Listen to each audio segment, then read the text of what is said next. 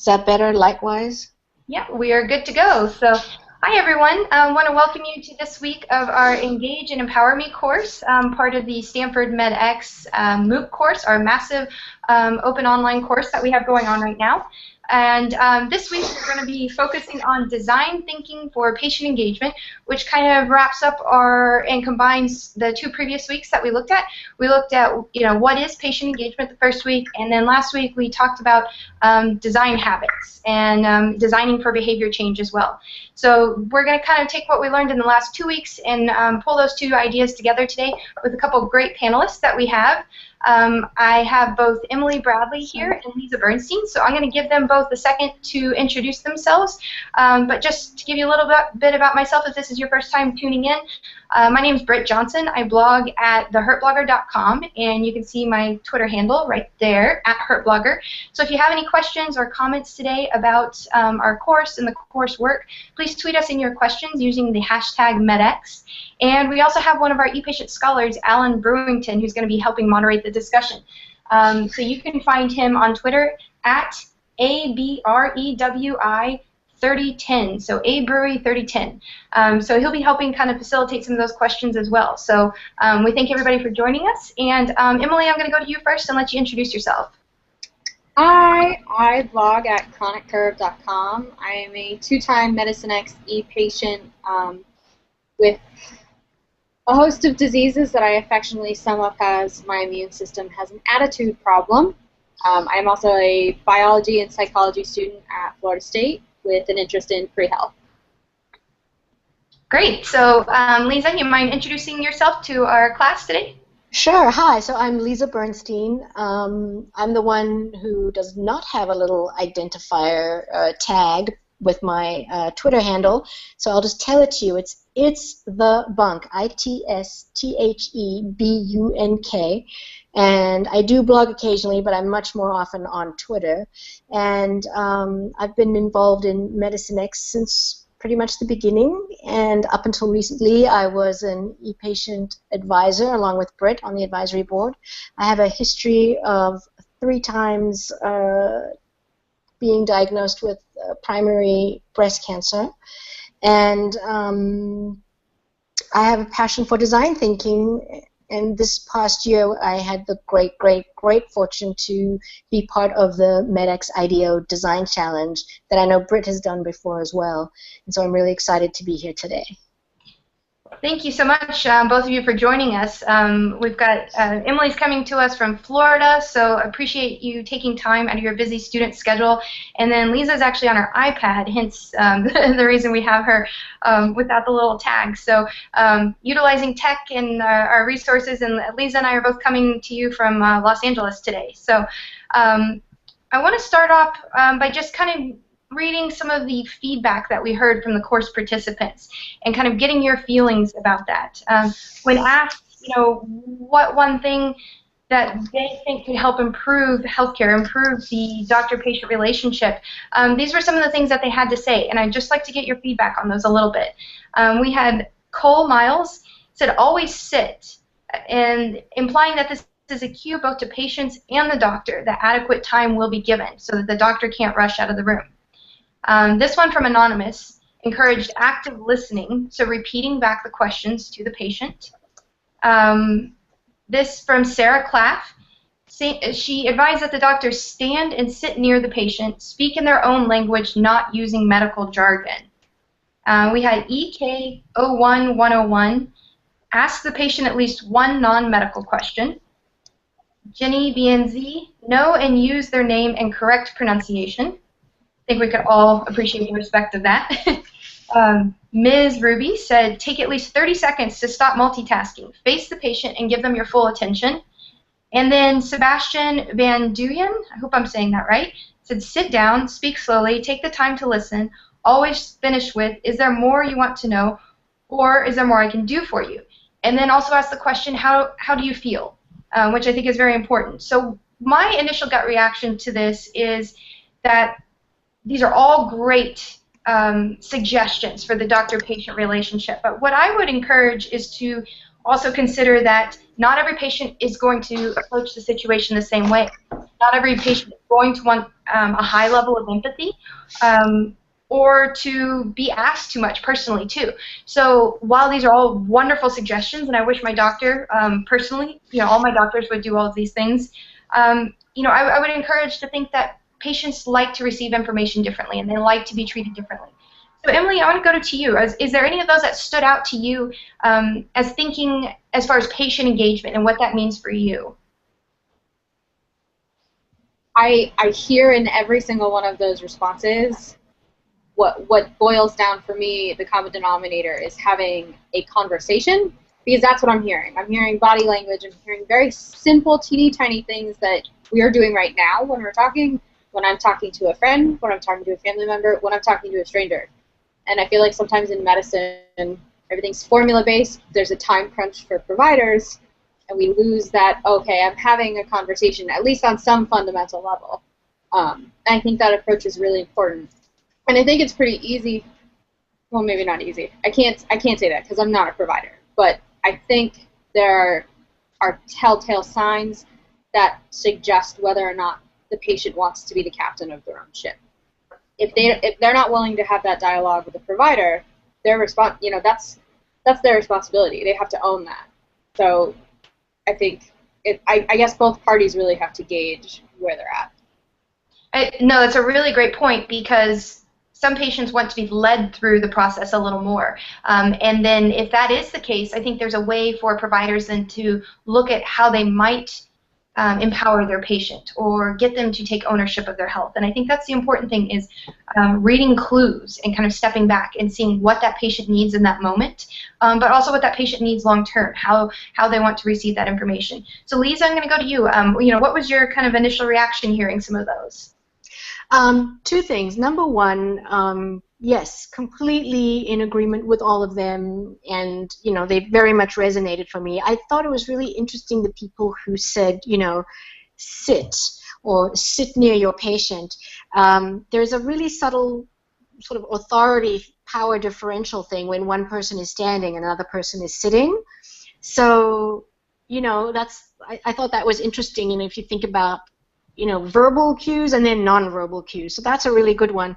Another thing that, and sort of riffing a little bit off of what Emily was just saying, and thinking to, I've been moderating the MOOC as well, and thinking to some of the comments I saw this week, this is all about what we think, or what people think the physicians or the providers' responsibilities are as far as patient engagement goes. But what about our own responsibilities as patients? What can we do to be, A, actively engaged, and B, to, we're 50% of that relationship with the providers. So how do we behave with them? How can we engage them? And if there was somebody who said that,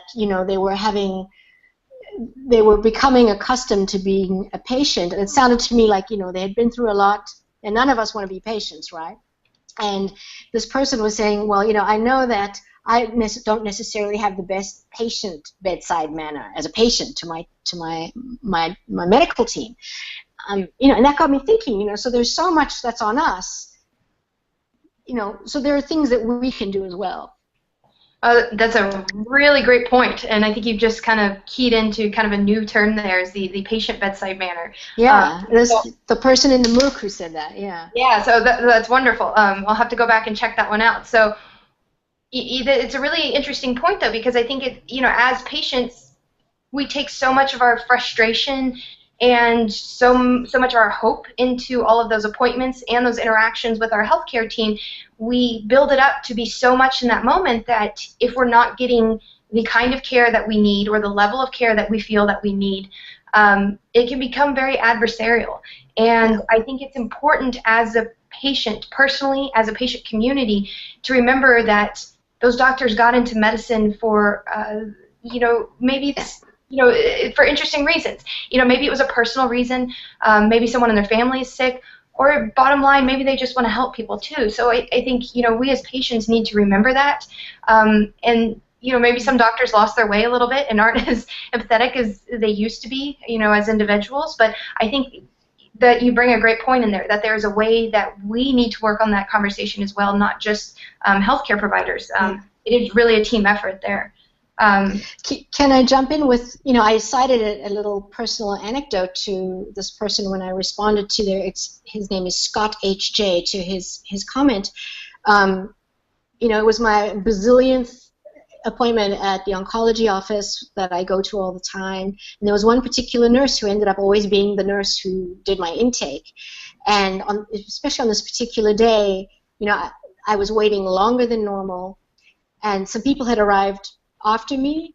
This nurse came out and was very friendly to them and took them in before me, and I was getting grumpier and grumpier, and then she came out and got me, and inside I was feeling really angry and resentful, and of course a lot of fear and anxiety, because that's what always happens when you go to the oncology office. And a little voice in my head said, okay, Lisa, put that aside. Maybe she's having a bad day.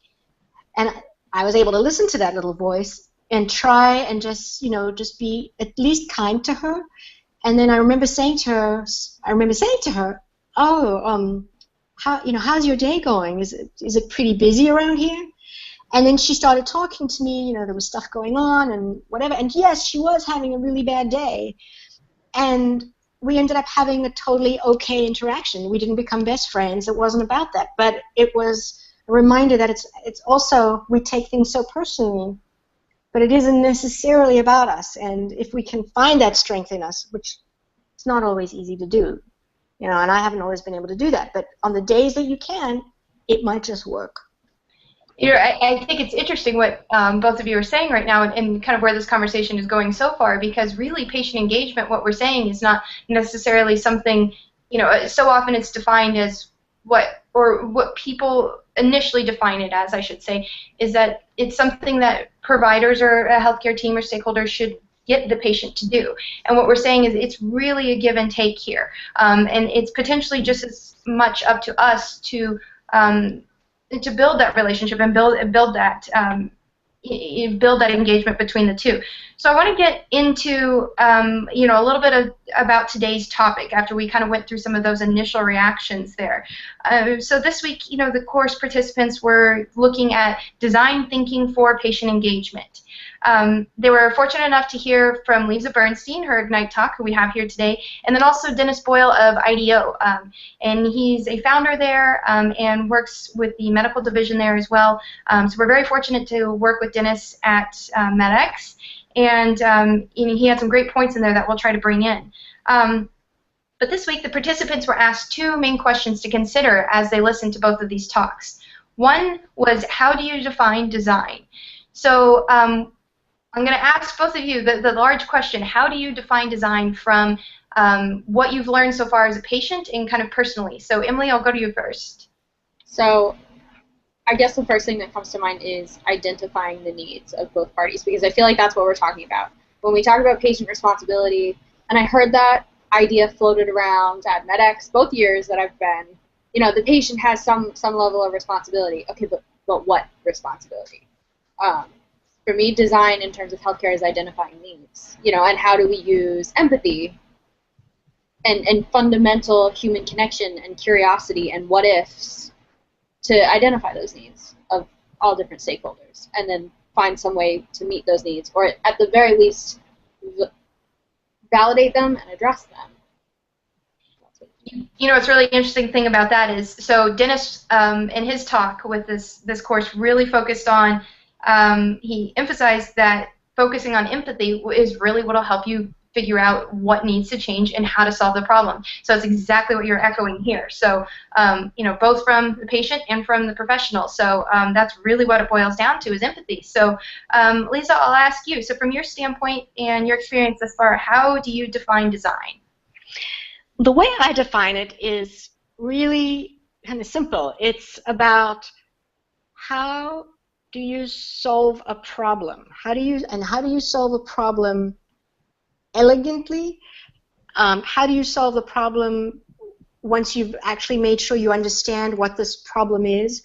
once you understand who all the stakeholders are who are affected by the situation that you're solving for, and and that's one of the areas where empathy is so important, which is to really get a sense for and research it and bring it out of people and interview them and everything.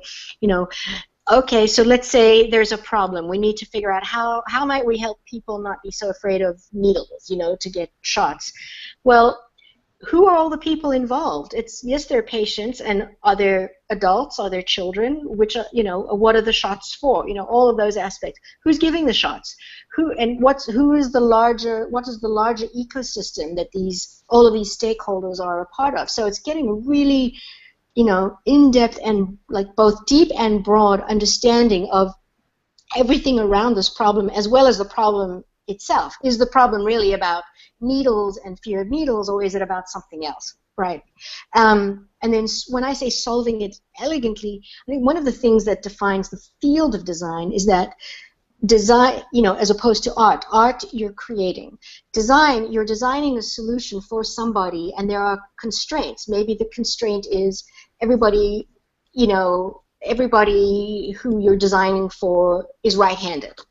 So you can't design anything for left-handed people. I'm just making this stuff up, right? So you have constraints, and constraints can make you really creative too, because then you have to figure out how you're going to solve for that. So back to saying, when I say about designing elegant solutions, what I mean by that is solutions that are just right, in the sense that not too much, not too little. Does the solution need pretty bells and whistles?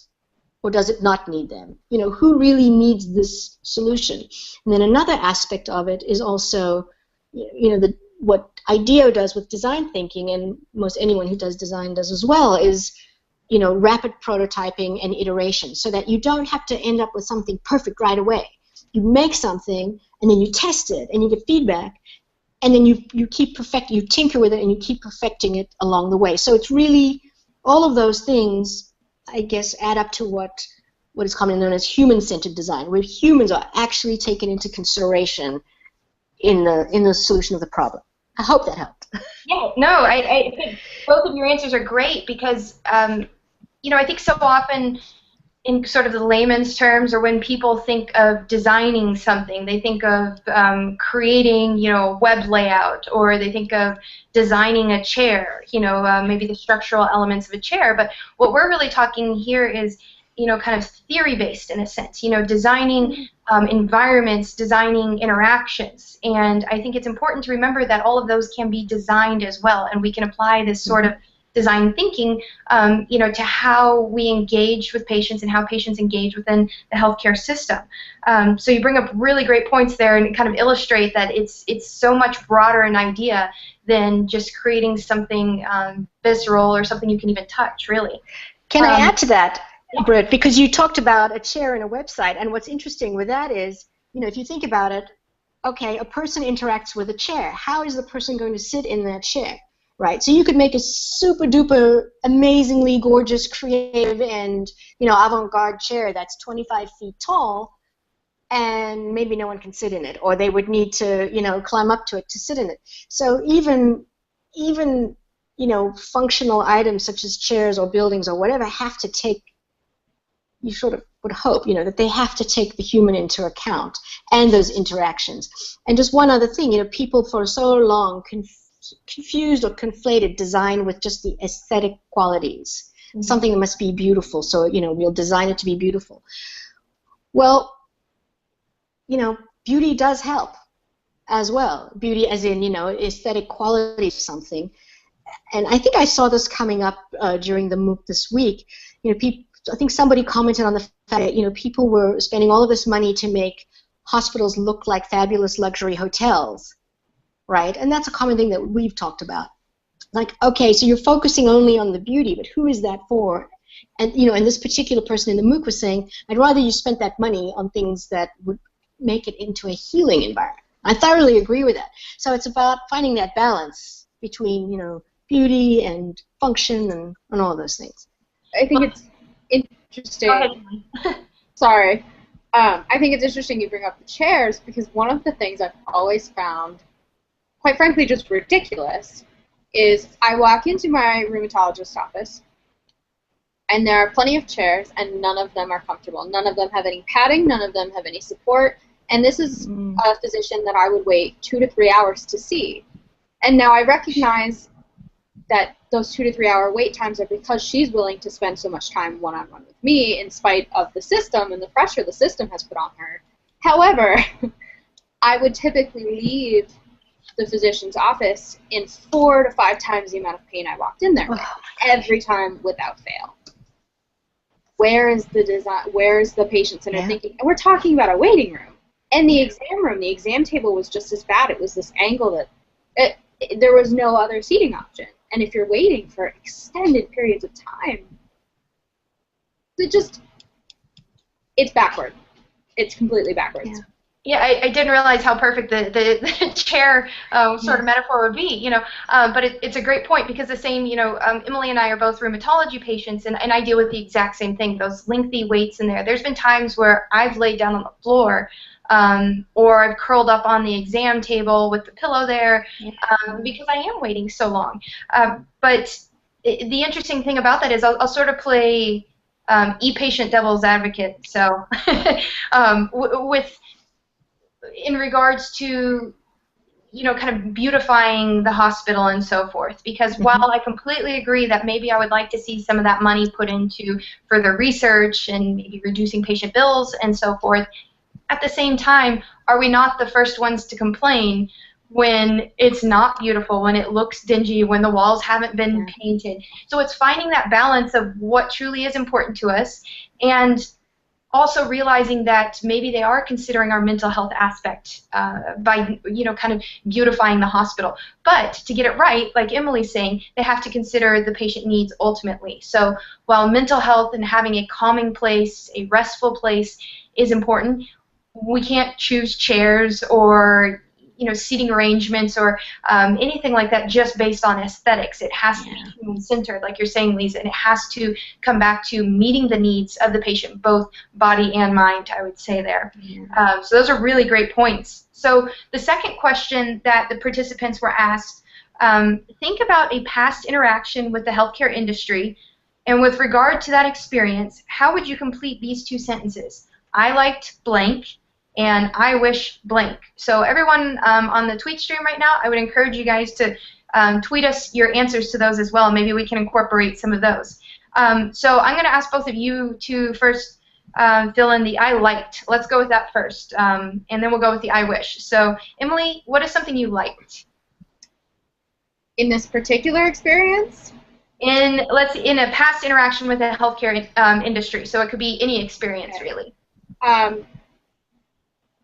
That's a really loaded question out of context. I have a spine surgeon who, from the time I was 14, spoke to me at eye level, one-on-one, and said, I'm going to lay out your options, what I think I would do, I would tell you to do, what you can do, what maybe you shouldn't do, but here's all of your information. He explained it to me, he taught me, and then he helped me make the decision.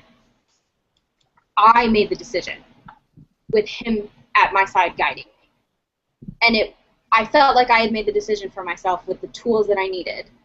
And that was just one-on-one conversation, and that for me has been, that's what set me on the path. That's why I'm sitting here right now, because of that position and how he treated me at that young age. That's for me is, yeah. So before we break that down, Lisa, I'm going to ask you, what is something you liked in a past healthcare interaction? Well, I have to tell you, you know, Emily, I didn't know what I was going to say, and I certainly wasn't planning on wanting to, you know, copy you. But the thing is, that's, you know, in my 3, you know, 1 cancer diagnosis, 2, 3 separate cancer diagnoses, I've had the same oncologist the whole time, and I've had a host of other oncology specialists along the way. And you know, I reference it in the talk that I gave that the people in the MOOC were seeing this week, which is that it's exactly what you're talking about. My oncologist, you know, in some ways treated me as a student. You know, I felt like I was, oh my God, I'm in medical school. You know, I'm learning, you know, Cancer 101. but she was open to me, you know, and I've always been an avid note taker. You know, I would be sitting there writing notes, and then I would say, but okay, what does that mean? And then she would explain it to me, and in a way with such respect and such, you know, she gauged what my level of need for research and for understanding of information. She gauged what that was and was able to help me understand things, and then exactly like you say, you know, lay out all the options. And with each diagnosis, you know, each diagnosis had a different genetic profile, so each one required, you know, different treatment options and required us to, I mean, it was just to decide, you know, some of the worst parts of each of these diagnoses was trying to figure out what the right treatment decision was. And so being able to go through that with her and study all the options and have it be, at the end of the day, my decision, but because I always say to her, okay, is it life or death? If it's life or death and you think I absolutely need to do it, I need to know that. If it's something that maybe we should talk about more, then let's talk about it more. So that's what you know, I appreciate so much. It's interesting that both of your points kind of boil down to very similar things there. I want to bring in two more that, or we've got three now. So we have Kristins Schultz. She said, I liked how my roomies, which is shorthand for rheumatologists, takes care to ask about mental health and do a check-in on every time I see her. So again, that boils down to communication. Another great one from one of our e-patient scholars from this year, Annette McKinnon. She says, I like the fact that the room as in arthritis again, has an elevated toilet seat available in the handicapped stall in case you need one. So that's a little more physical design process. Mm. And then Annette says, again, I liked that last time I called his secretary, she said, is there anything else I can help you with? So again, communication. And then we have Sarcastic Frog joins us and says, things I like in medicine. I like it when docs show me they are human and treat me as a human. So really what we're boiling down to is communication here. It's really being our favorite parts of patient engagement. So Lisa, did you have a point there? Yeah, I did, because this is actually all this talk of chairs and your experience, Emily, with the awful chairs, you know, having to wait for so long in those uncomfortable chairs, made me remember that, you know, I've always been interested in design and I've always observed my surroundings it's just who I am. And around for my second adventure with cancer, I had a new radiation oncologist in a new radiation oncology clinic, and I remember very quickly being very uncomfortable with certain things. I guess we're moving into what I wish, you know, the things I didn't like. That had to do with, you know, the TV always being on really loud and the change rooms being situated in an awkward place where the men and the women would interact and what have you. And I brought these things up sort of conversationally with my radiation oncologist, and she was very interested to get that kind of feedback because she was starting to work on the redesign of their radiation oncology clinic. And so when I saw what she accomplished for the redesign of the place based on what the situation had been before, it was night and day. It was, you know, and I never thought about it in terms of, oh, you know, I provided design feedback. But she was open and she wanted to hear from all her patients. So that's another thing I liked. That's wonderful. In echoing, Emily, what you said here about, you know, making those choices together and being allowed to make an educated decision, Alan Brewington, our tweet chat moderator tonight, echoes the same thing. He's going to be having surgery this month, and he said, I like when my surgeon used a guided discovery approach towards me. My body, my decision in the end. So kind of, you know, allowed them, you know, took them through that process. Courage Singh says simply, I like it when I am heard, and I can definitely agree with that. Let's see. Here's another great one. We have Marilena Brown. I hope that I'm saying that right. I liked when the pediatric pulmonologist offered to help mom bring equipment out to the car, which is fabulous. Just kind of that extra, going the extra mile. So that, you know, for, you know, future doctors out there and other healthcare professionals, I think it's really interesting what you're hearing from the patients here, that it really does boil down to communication, being treated with respect, and then taught about how to communicate and how to make those decisions. So that's really what we're seeing as far as what we like within patient engagement. So then I want to move on to that next sentence, and Emily, I'll come to you, and I'm sure this is probably no endless one here. How would you finish this sentence when thinking about past interactions in the healthcare industry? How would you finish the sentence, I wish? You can pick one for now. Yeah, no. I wish that my quality of life as a 22-year-old woman, student, young adult, had not gotten lost in the goal of the treatment outcome. Even up until right now, it's very much been, we're going to get you into remission, we're going to get you into remission, we're going to get you into remission. And it's been years, and I'm not in remission, and I stopped living for remission years ago because I was like, okay, you know, this is my life now, and whether I'm in remission or not, I need to make it what I want it to be. Unfortunately, I have physicians that are very set on the labs and very set on, you know, that cure-all to some degree, and they kind of lose sight of how I gauge my good days and my bad days. And when you don't have those conversations about physical quality of life, you sure aren't having them about your mental quality of life, your emotional quality of life. And that, for me, is still the biggest facet missing from my care. I wish that my quality of life was paramount to my care, as opposed to the injections I am able to give myself every day. Wow. That's huge. So we'll come back to that in just a minute. Lisa, I want to hear what your I wish is first, and then we'll come back to breaking those down a little bit and how they apply to design thinking. Well, I'm still processing everything you said, Emily, because I so resonate with that, and you know, so we'll come back to that. For me, just riffing off the I wish, I think for me it all boils down to the times when, and there have been so many, and I'm sure for so many of us, this is very common. You know, I've been dismissed, or I've been treated with disrespect, or, you know, my opinion did not count, or, you know, I asked a doctor, I went and I interviewed oncology plastic surgeons for my reconstruction, and, you know, there was one particular surgeon who was a, you know, hotshot surgeon. He was in my, you know, peer age group, so he was, you know, relatively young. He was actually also a friend of friends of mine, and I let him know right off the bat that this was a very upsetting topic for me. And, you know, but he just was talking at me, telling me all the amazing things he could do, and I started crying because I was so flooded with emotion. And, you know, and I said to him, and I'm thinking about the IDEO challenge, and I know Annette is watching, Annette McKinnon, with her, and I've told her about this incident. During the IDEO challenge, her group came up with these little signs that you could put, you know, bring with you to the doctor and hold them up.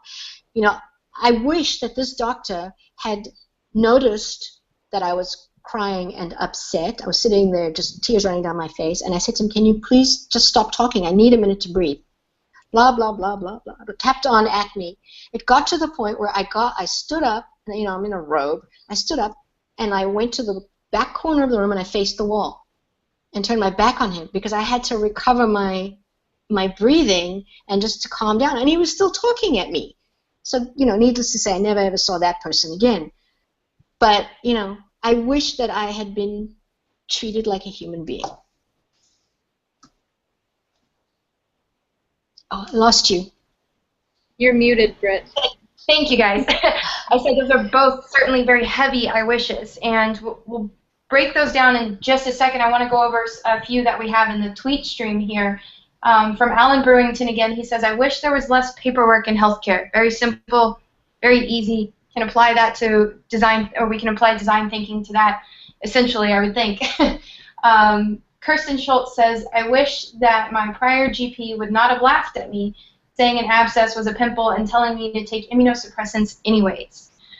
And then, let's see, again we have from Kirsten, she says, I wish I knew how to address different providers to have the best relationship possible and not come off as arrogant or as a hypochondriac. I think that's an excellent point. Yeah. let's see, we've got a couple more in here. Annette McKinnon says, I wish that my GP doctor actually took an interest in treating me like a person who actually does have a chronic disease. And let me see. I think that's what we've got right now. So again, considering those with design thinking, so basically what we're boiling down to again is that quality of life. Active listening is really what I'm hearing from you, Lisa, being in the moment. And knowing who your patient is, really. So that boils, the interesting thing is it really boils down to some of those first points that we started out with.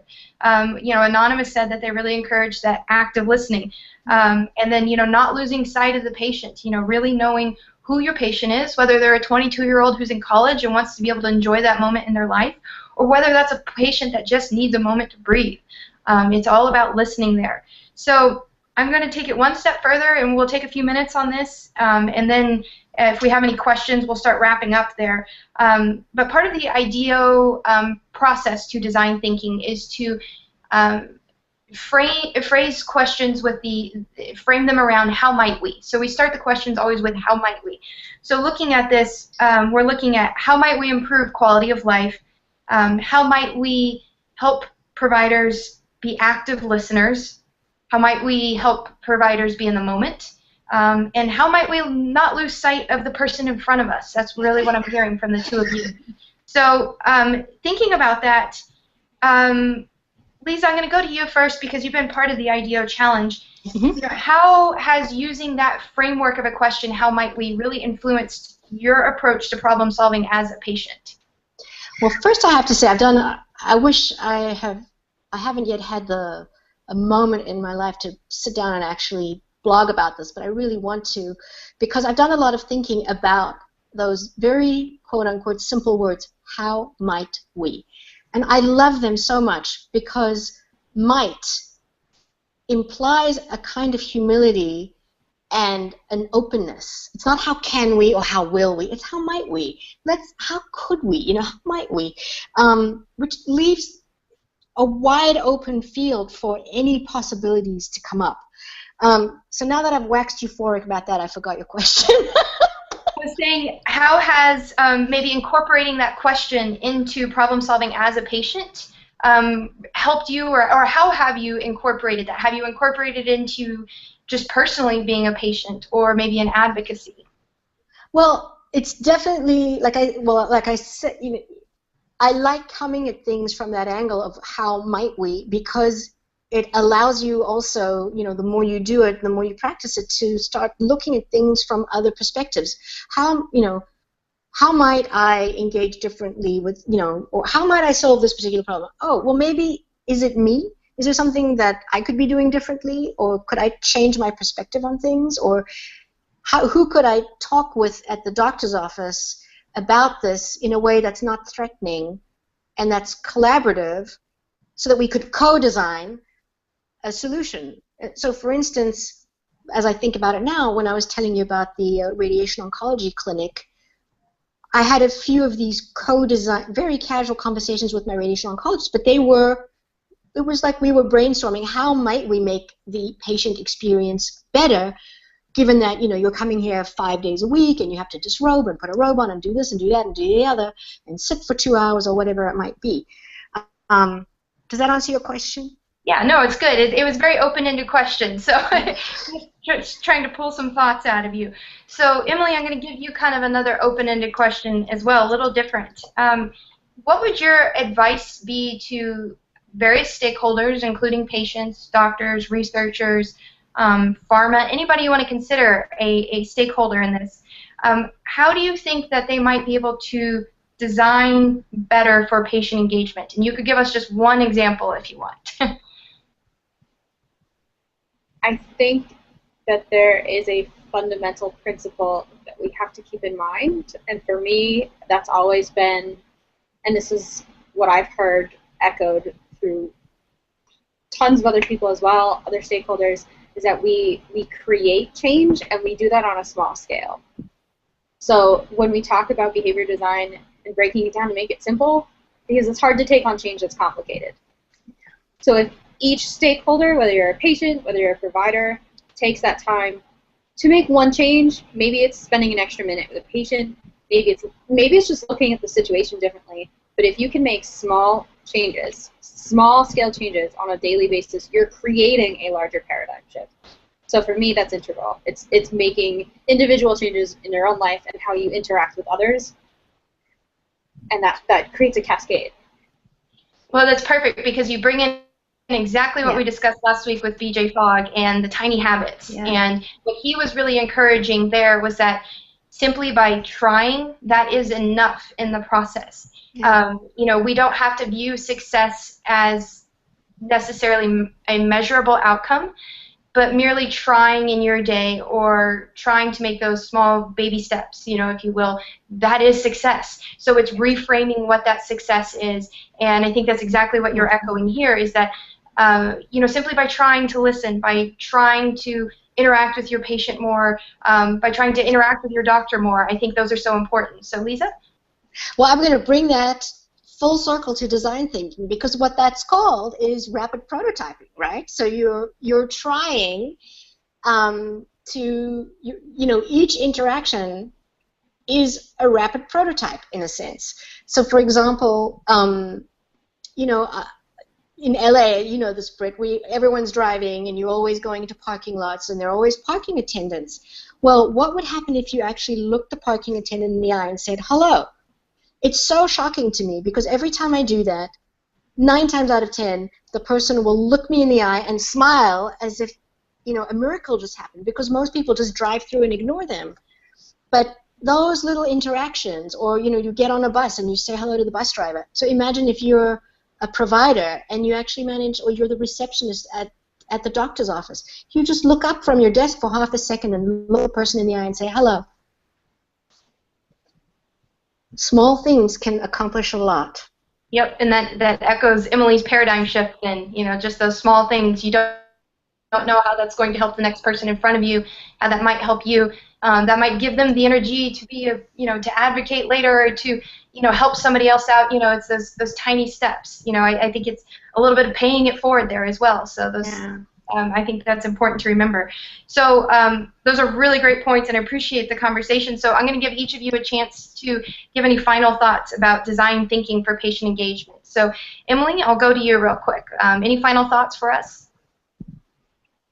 I just have to reiterate what we just said. It's person-to-person building of the design of the prototype. One person, for me, one spine surgeon, shout out to Dr. Jofi, changed my life because he had a conversation with me in the context of my medical care at a time that was critical. That's all it took. It was one conversation. If that can happen to a 14-year-old, what can we do on a larger scale? Absolutely. So Lisa, any final thoughts? Yeah. Well, my final thought might be just a wish based on the amazing IDEO MedX Design Challenge, you know, and thinking about, like I said, you know, it just occurred to me today that I engaged in a kind of, you know, design thinking exercise with that radiation oncologist. What if every doctor's office, every clinic, every hospital could do like what we do at Medicine X, you know, have a real e-patient advisory council who they collaborate with and co-design with and build with. I mean, imagine the possibilities, and I'll leave it at that. I think that's a great place to end right there. And you saw Emily and I both very much shaking our heads in agreement with you there. You know, what would the world look like if we co-designed together? So I think that's a perfect place to end on. So before we wrap up here, I'm going to give you each a chance to tell people where they can find you, and then we'll wrap it up. So Emily, where can people find you online if they want to communicate with you more? You can find me at chroniccurve.com, and you can also find me on Twitter. Hashtag is @chroniccurve. I'm also on Facebook, and the tag is chroniccurve as well. Great. And Lisa, where can people find you? Really, truly, the best place to find me is just go to Twitter, and my handle there is @itsthebunk, ITSTHEBUNK, or just Google It's the Bunk. I do have a blog, but I'm an infrequent blogger. Well, I want to thank you both so very much for taking time out of your busy schedules and joining us for this important discussion around design thinking for patient engagement today. I know our course participants will really appreciate your insight. And I want to thank everybody on our Twitter chat here that's joined in and given some really great insights and for disseminating some of this conversation further out into the healthcare world. So until next week, we will see you next Wednesday at same place, same time, 4 p.m. Pacific Standard Time for our next Google Hangout around the Engage and Empower Me class, the massive open online course through Stanford Medicine X. So that's a tongue twister. Maybe I'll get better next week. So hope everyone has a wonderful week, and we'll see you soon. Thank you again.